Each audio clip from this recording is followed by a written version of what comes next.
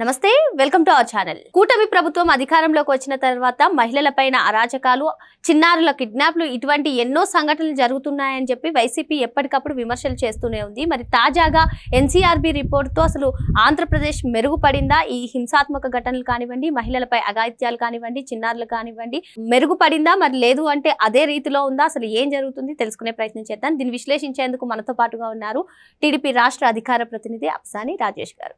నమస్తే సార్. నమస్తే sir. YCP హయాంతో పోలిస్తే మరి ఇప్పుడు తాజాగా ఆంధ్రప్రదేశ్లో ఇటువంటి హింసాత్మక ఘటనలు కానివ్వండి, లేదు అంటే మహిళలపై అఘాయిత్యాలు, చిన్నారుల విషయంలో కానివ్వండి, తాజాగా మెరుగుపడిందంటారా? మరి అదే పరిస్థితిలో ఉందా? మరో పక్క చూసుకున్నట్లయితే వైసీపీ నేతలు ఎప్పుడు కూడా మీ ప్రభుత్వం పైన విరుచుకుపడుతుంటారు. మీ ప్రభుత్వం అధికారంలోకి వచ్చిన తర్వాత మహిళలపైన అఘాయిత్యాలు పెరిగిపోయాయి, విపరీతంగా పెరిగిపోయాయి, శాంతి భద్రతలు క్షీణించాయని చెప్పి విమర్శిస్తూ ఉంటారు. మరి తాజాగా ఈ ఎన్సీఆర్బీ రిపోర్ట్ తోటి మీరేం చెప్తారు? ఇప్పుడు సహజంగా ఎన్సీఆర్బీ రిపోర్ట్ అనేది ఆయా రాష్ట్రాల్లో ఉండే శాంతి భద్రతల స్థితిగతుల్ని ప్రస్ఫుటం చేస్తాయి. సహజంగానే గడిచిన 2023 సంవత్సరంలో ఏ స్థాయి నేరాలు జరిగినాయి, ఏ కేటగిరీస్ ఆఫ్ నేరాలు జరిగినాయి, 24లో ఎన్ని జరిగినాయి, 25లో ఎటువంటి స్థితిగతులు ఉన్నాయి అనేది మొట్టమొదట ఆ రాష్ట్ర పోలీస్ డిపార్ట్మెంటు సిచ్యుయేషన్ అసర్టైన్ చేసుకోవడానికి, అలాగే రాష్ట్ర బ్రాండింగ్ విషయంలో కూడా ఈ నెంబర్స్ చాలా ప్రభావం చూపుతాయి. ఎక్కడ శాంతి భద్రతలు కాపాడబడతాయో, ఎక్కడ నేరాలు అదుపులో ఉంటాయో, ఎక్కడ తమ పెట్టుబడులు సురక్షితంగా ఉన్నాయి అని చెప్పని పెట్టుబడిదారులు భావించడానికి ఆస్కారం ఉంటాయి అనుకోవటానికి ఇవి తప్పనిసరిగా దోహదం చేస్తాయి. Law and order situation deteriorate అయ్యి ఎప్పుడు అన్రెస్ట్తో కొట్టుమిట్టాడుతూ ఉండే ప్రాంతాల్లోకి వెళ్ళి పెట్టుబడి పెట్టాలని ఏ పారిశ్రామికవేత్త కానీ ఏ పెట్టుబడిదారుడు కానీ ఆలోచన కూడా చేయడు. అటువంటి సందర్భంలో ముఖ్యంగా ఈ నేషనల్ క్రైమ్ రిపోర్ట్ బ్యూరో ఈ రికార్డ్స్ 100% ఆయా రాష్ట్రాల శాంతి భద్రతల ప్రమాణాన్ని తెలియజేస్తాయి. అలాగే ఇప్పుడు నిన్న విడుదలైన 2024 సంవత్సరానికి సంబంధించిన గణాంకాలు. 2024 జూన్ నెలలో ఎన్డీఏ కూటమి ప్రభుత్వం పదవి బాధ్యతలు చేపట్టింది.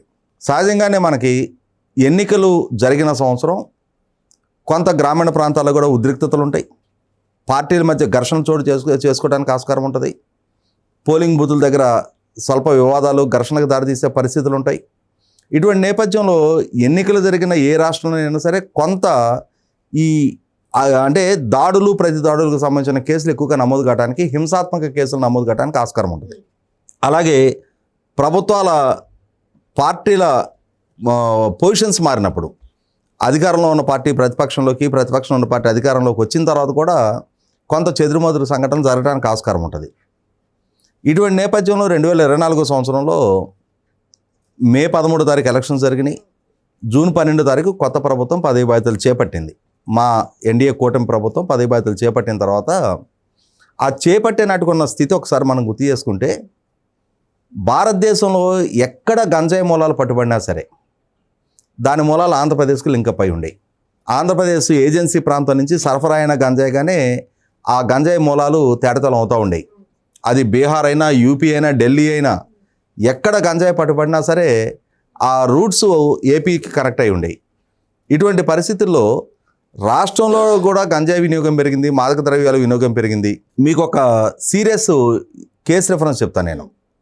2023 సంవత్సరంలో ఒంగోలు రిమ్స్ మెడికల్ కాలేజ్, ఆ రిమ్స్ మెడికల్ కాలేజీలో గంజాయి తీసుకుంటున్న 8 మంది విద్యార్థులు, గంజాయి తీసుకొని విద్యార్థులు, ఈ 8 మంది గంజాయి తీసుకొని క్లాస్కి వస్తున్నారు అని చెప్పని మిగిలిన విద్యార్థులు కాలేజ్ మేనేజ్మెంట్కి కంప్లైంట్ చేశారు అని చెప్పని, ఆ గంజాయి తీసుకునేవారు, ఈ తీసుకునే వారి మధ్య జరిగిన ఘర్షణ, క్లాస్ రూమ్లో జరిగిన ఘర్షణ మెడికల్ కాలేజీలో. సహజంగానే మనకు తెలిసి వాళ్ళ మెడిసిన్ చదువుతున్న పిల్లలు అని అంటే ఒక రకంగా merit of the society, cream of the సొసైటీగా మనం భావిస్తాం.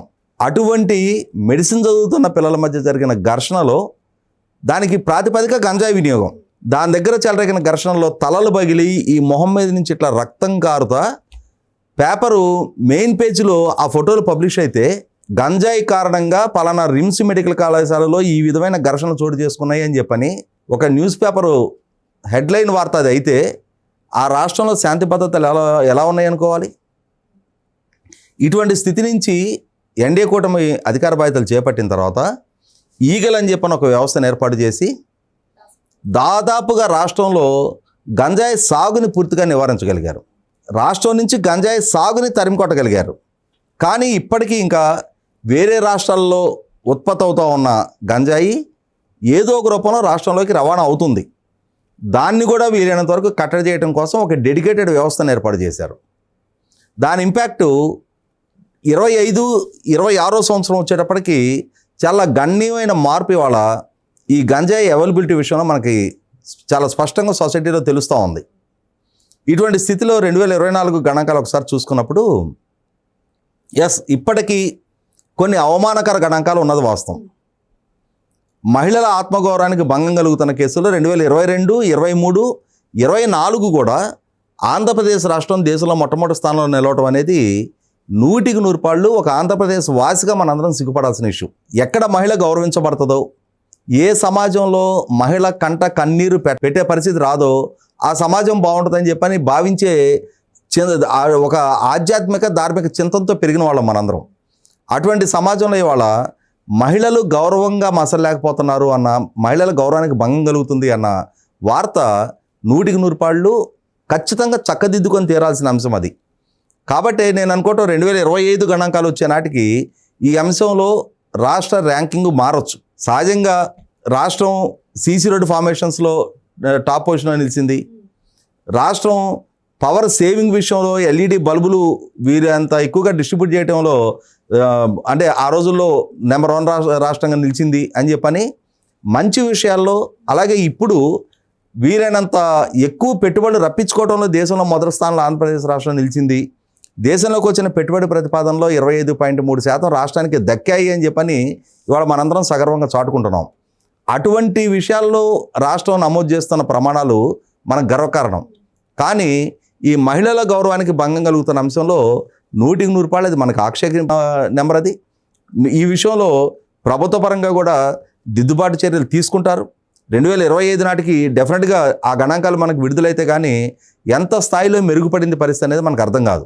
ఇక మిగిలిన నేరాలు అంటే మహిళల గౌరవానికి భంగం కలిగే ఇష్యూలో మనం దేశంలో మొదటి స్థానంలో ఉన్నా కూడా కేసులు నమోదు ఇష్యూలో, కానీ ఓవరాల్గా మహిళల మీద జరుగుతున్న కేసుల వరకు కనుక మనం చూసుకున్నప్పుడు ఖచ్చితంగా మనం కొంతవరకు అంటే మరీ గౌరవానికి భంగం కలిగే స్థాయికి కేసులు కాదు, పైగా గణనీయమైన పురోగతి కూడా సాధించాం మనం. మీరు గమనించుకుంటే మహిళలపై ఓవరాల్గా జరుగుతున్న నేరాలు 2022-23తో కంపేర్ చేస్తే 22లో 25,503 కేసులు జరిగినాయి. 23లో 22,418 కేసులు జరిగినాయి. అదే 24 వచ్చేటప్పటికి 19,952 కేసులకు పరిమితమైంది. అంటే దాదాపుగా 2022తో కంపేర్ చేసినప్పుడు సుమారుగా 5,600 కేసులు తక్కువ నమోదైనవి. 22తో కంపేర్ చేసినప్పుడు కూడా సుమారుగా 3,500 కేసులు తక్కువ నమోదైనవి. కాబట్టి ఇక్కడ 100% ఈ విషయంలో శాంతి భద్రతల స్థితిగతులు మెరుగుపడుతున్నట్టుగానే మనం భావించవచ్చు. ఇదే విధంగా మీరు ఇంకా గమనించుకుంటే చిన్నారులపై జరిగిన నేరాలు కావచ్చు, అపహరణ కేసులు. ఇవాళ అపహరణ కేసుల్లో కూడా ఆంధ్రప్రదేశ్ రాష్ట్రం చాలా గణనీయంగా సంఖ్యలు తగ్గించుకోగలిగింది. ఒక రకంగా మీరు గమనించుకుంటే దేశంలో ఇందాక మనం మాట్లాడుకున్నట్టుగా మహిళల గౌరవానికి భంగం కలిగించే కేసులో మొదటి స్థానంలో ఉన్న ఆంధ్రప్రదేశ్ రాష్ట్రం ఇవాళ ఈ మిగిలిన ఈ మహిళల మీద జరుగుతున్న ఓవరాల్ నేరాల విషయంలో 9వ స్థానంలో నిలబడింది. అందులో ఆ పర్టికులర్ కేటగిరీ ఫస్ట్ ప్లేస్లో ఉన్నాం మనం. ఓవరాల్ మహిళల మీద జరుగుతున్న నేరాల్లో 9వ స్థానంలో ఉన్నాం. అలాగే చిన్నారుల మీద జరుగుతున్న నేరాల్లో 16వ స్థానంలో నిలబడ్డాం. అపహరణలు కిడ్నాప్ల విషయంలో 16వ స్థానంలో నిలబడ్డాం. హింసాత్మకమైన నేరాలు ఇది చాలా కీలకమైన అంశం. ఇందాకేమో నేను చెప్పినట్టుగా ఎన్నికల సంవత్సరం అది గ్రామీణ ప్రాంతాల నుంచి లేదు పట్టణ ప్రాంతాల్లో పోలింగ్ బూత్ స్థాయిలోనే పార్టీల మధ్య చెలరేగే ఉద్రిక్తతల కారణంగా నమోదైన ఘర్షణలు కావచ్చు. ఆ కేసులు పరంగా చూసుకున్నప్పుడు 2024లో 2022-23తో కంపేర్ చేసినప్పుడు చాలా అంటే హ్యూజ్ నెంబర్ ఆఫ్ కేసెస్ నమోదై ఉన్నాయి. 7,104 కేసులు 2022లో నమోదైతే 6,432 23లో నమోదైతే 27,443 అంటే సుమారుగా 4 రెట్ల కేసులు 2023తో 4.5 రెట్ల కేసులు 2023తో కంపేర్ చేసినప్పుడు నమోదై ఉన్నాయి. నేను అనుకోవటం 24 ఆ ఎన్నికల నేపథ్యంలో జరిగిన ఘర్షణల కేసులు ఎక్కువగా ఉండుంటాయి. వీటిలో 25 వచ్చేటప్పటికి ఈ సంఖ్య కూడా గణనీయంగా తగ్గుంటానికి ఆస్కారం ఉంది. అదే సందర్భంలో ఇన్ని కేసులు పెరిగినా కూడా ఆ కేటగిరీలో 11వ స్థానంలో రాష్ట్రం నిలిచింది. ఇక హత్యలు హత్యలు కూడా 2022తో కంపేర్ చేసినప్పుడు తగ్గాయి. అందులో కూడా 16వ స్థానంలో రాష్ట్రం నిలిచింది. జువైనల్స్ చేసినాయి, మైనర్ పిల్లలు, వాళ్ళు చేసిన నేరాల్లో బహుశా నేను అనుకోవటం 13వ స్థానంలో నిలిచాం మనం. వృద్ధుల మీద జరిగిన నేరాలు, ఎస్సీల మీద ఎస్టీల మీద జరిగిన నేరాలు 2022-23తో కంపేర్ చేసినప్పుడు చాలా గణనీయంగా తగ్గాయి. అంటే 22-23 ఆనాడు జగన్మోహన్ రెడ్డి గారి పాలనా హయాంలో కన్నా 24 ఎన్డీఏ కూటమి ప్రభుత్వం పదవి బాధ్యతలు చేపట్టిన తర్వాత ఎస్సీలు ఎస్టీల మీద జరిగిన దాడులు కానీ అరాచకాలు కానీ ఎంత గణనీయంగా తగ్గాయి అని అంటే రాష్ట్రం కూడా దేశంలో ఎస్సీల మీద జరిగిన దాడుల్లో 11వ స్థానంలో, ఎస్టీల మీద జరిగిన దాడుల్లో 8వ స్థానంలో ఉంది. అయితే ఇక్కడ ఇంకొక నేరం ఉంది, ప్రభుత్వ వ్యతిరేక నేరాలు. అంటే ఇవాళ ఎన్డీఏ కూటమి ప్రభుత్వం పదవి బాధ్యతలు చేపట్టింది.